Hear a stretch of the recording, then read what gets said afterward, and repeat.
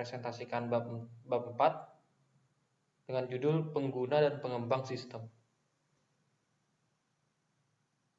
Organisasi bisnis. Sistem informasi dikembangkan untuk mendukung keseluruhan organisasi eksekutif dan area bisnis. Sistem informasi manajemen dimaksudkan untuk memenuhi kebutuhan informasi umum para manajer perusahaan. Sistem informasi eksekutif dirancang untuk digunakan oleh manajer tingkat strategi perusahaan, dan 5 sistem informasi di tingkat lebih rendah dalam figur tersebut mencakup kebutuhan-kebutuhan informasi unik dari area bisnis tersebut. Sistem-sistem informasi ini dirancang khusus untuk organisasi fisik, yaitu cara bagaimana sumber daya fisik, yaitu manusia, bahan baku, mesin, dan uang, dialokasikan ke berbagai area-area fisik perusahaan, anak perusahaan global, divisi, wilayah, distrik, cabang, dan seterusnya. Inovasi-inovasi di bidang teknologi informasi telah memungkinkan banyak aktivitas perusahaan dilaksanakan tanpa dibatasi oleh lokasi fisik. Struktur organisasi seperti ini disebut sebagai organisasi maya atau virtual organization. Selanjutnya, organisasi layanan informasi. Terdiri dari sumber daya informasi. Sumber daya informasi terdiri dari peranti keras, komputer peranti lunak, komputer spesialis informasi, pengguna fasilitas, basis data dan informasi. Sebagian besar sumber daya ini pada umumnya berlokasi di layanan informasi dan merupakan tanggung jawab dari CIO. Sumber daya informasi yang tercapai di area-area pengguna adalah tanggung jawab dari para manajer area pengguna. Selanjutnya, spesifikasi informasi. Istilah spesialis informasi atau information specialist digunakan untuk menggambarkan karyawan yang tanggung jawab utamanya adalah untuk memberikan kontribusi atas tersedianya sumber daya informasi dalam perusahaan. Spesifikasi informasi ini terdiri dari satu analis sistem, yaitu spesialis ini bekerja dengan pengguna untuk mengembangkan sistem-sistem baru dan memperbaiki sistem-sistem yang sudah ada. Analis sistem adalah orang yang ahli dalam mendefinisikan masalah dan membuat dokumentasi tertulis mengenai bagaimana komputer akan membantu menyelesaikan masalah tersebut. Yang kedua ada administrator basis data, yaitu seorang analis informasi yang bertanggung jawab atas basis data disebut administrator basis data atau database administrator. Tugas DBA terdiri atas empat area, yaitu perencanaan, implementasi, operasi, dan keamanan. Yang ketiga ada webmaster. Webmaster bertanggung jawab atas isi dan penyajian situs web perusahaan. Webmaster harus bekerja sama dengan spesialis jaringan untuk memastikan bahwa jaringan komunikasi antara perusahaan dan pelanggan dan atau sekutu bisnisnya selalu terbuka. Situs web selalu mengandalkan gambar dan webmaster biasanya memiliki keahlian dalam memanipulasi atau perancangan grafik. Yang keempat ada spesialis jaringan. Spesialis jaringan bekerja dengan analis sistem dan pengguna dalam membuat jaringan komunikasi data yang menyatukan sumber daya komputasi yang menyebar. Spesialis jaringan akan menggabungkan keahlian dari bidang-bidang komputasi maupun telekomunikasi. Yang kelima ada programmer. Programmer merupakan dokumentasi yang dibuat oleh sistem analis untuk membuat kode program komputer yang mengubah data menjadi informasi yang dibutuhkan oleh pengguna.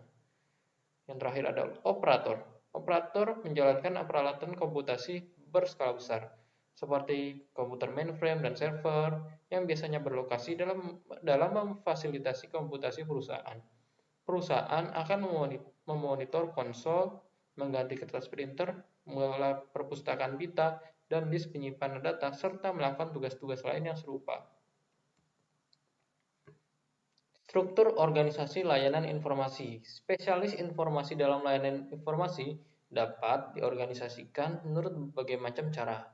Unit-unit organisasional yang pertama disentralisasikan ke dalam perusahaan, dengan hampir seluruh sumber daya informasi berada di unit IT.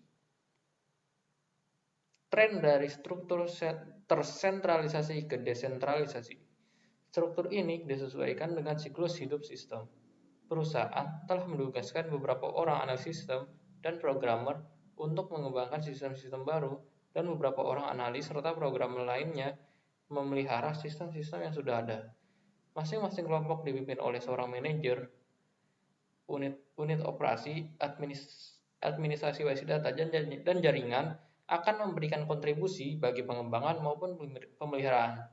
Selama tahun 1970-an dan 1980-an, beberapa perusahaan mulai mendesentralisasikan kebanyakan sumber daya informasinya dengan mengalokasikan mereka ke unit-unit bisnis dan memberikan wewenang bagi unit untuk memutuskan bagaimana sumber daya akan diaplikasikan. Selanjutnya ada struktur organisasi inovatif. Peneliti sistem informasi manajemen mengidentifikasikan 3 struktur inovatif yang disebut model sekutu atau partner model, model platform atau platform model, dan model berskala atau scalable model. Basis model sekutu adalah bahwa layanan informasi bekerja dengan area-area bisnis dalam menggunakan teknologi informasi guna menghasilkan inovasi. Asumsi yang mendasari model platform adalah bahwa layanan tidak akan secara aktif mengawali inovasi bisnis, namun akan menyediakan sumber daya informasi sehingga inovasi tersebut dapat dicapai oleh area-area bisnis. Model berskala menyadari bahwa sumber daya harus diperoleh begitu peluang pasar muncul dan harus dapat dengan cepat dilepaskan ketika peluang tersebut tidak lagi terjadi, sehingga tetap mempertahankan biaya tetap pada tingkat yang minimum. Cara pandang inovatif terhadap struktur organisasi ini menyadari bahwa fungsi IT bukanlah suatu unit berdiri sendiri dengan menyimpan seluruh sumber daya informasi dan memberikan semua sistem informasi kepada pengguna. Pengguna sebagai suatu sumber daya informasi.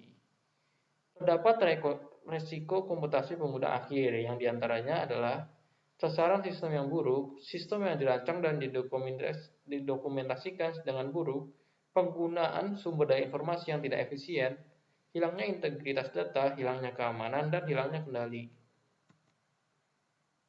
Selanjutnya, kriteria yang dibutuhkan untuk karir di bidang layanan informasi. Yang pertama, pengetahuan pengembangan sistem. Yang kedua, keahlian pengembangan sistem. Dan yang ketiga, keahlian komunikasi. Selanjutnya, otomatisasi kantor. Otomatisasi kantor adalah penerapan otomatisasi seperti teknologi komputer pada pekerjaan kantor. Otomatisasi kantor ini meliputi seluruh sistem elektronik formal maupun informal yang terutama berhubungan dengan komunikasi informasi ke dan dari orang-orang di dalam maupun di luar perusahaan.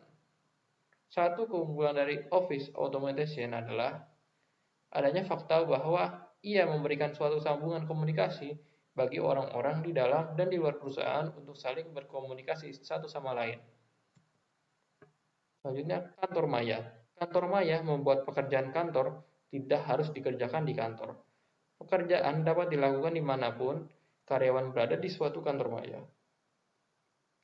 Konsep ini mengakui bahwa pekerjaan kantor dapat dilakukan di semua lokasi geografis selama tempat kerja tersebut selalu tersambung dengan satu atau lebih lokasi tetap perusahaan oleh suatu jenis kemampuan komunikasi elektronik.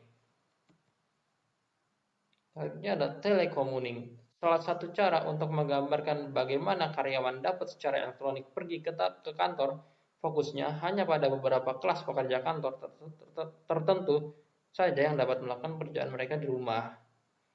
Selanjutnya, hoteling. Fokus pada hoteling tidak hanya pada beberapa kelas pekerja, melainkan telah meluas meliputi seluruh karyawan yang hanya datang ke kantor ketika dibutuhkan. Keuntungan kantor maya diantaranya biaya fasilitas yang lebih rendah, biaya peralatan yang lebih rendah, berkurangnya penghentian pekerjaan, dan kontribusi sosial. Kerugiannya juga ada, diantaranya moral yang rendah dan kekhawatiran akan resiko keamanan. Yang terakhir adalah organisasi maya. Keberhasilan kantor maya memicu para visioner untuk melihat bagaimana kantor maya dapat diperluas hingga berlaku bagi keseluruhan perusahaan sebuah organisasi maya. Di sebuah organisasi maya, operasi keseluruhan perusahaan dirancang sedemikian rupa sehingga menjadi titik terikat pada lokasi-lokasi fisik. Dampak sosial organisasi maya yaitu industri yang paling tertarik pada konsep kantor maya dan organisasi maya adalah industri yang memberikan nilai tambah dalam bentuk informasi, ide maupun kecerdasan. Ketiga nilai tambah tersebut dikenal dengan sebutan ekonomi 3I atau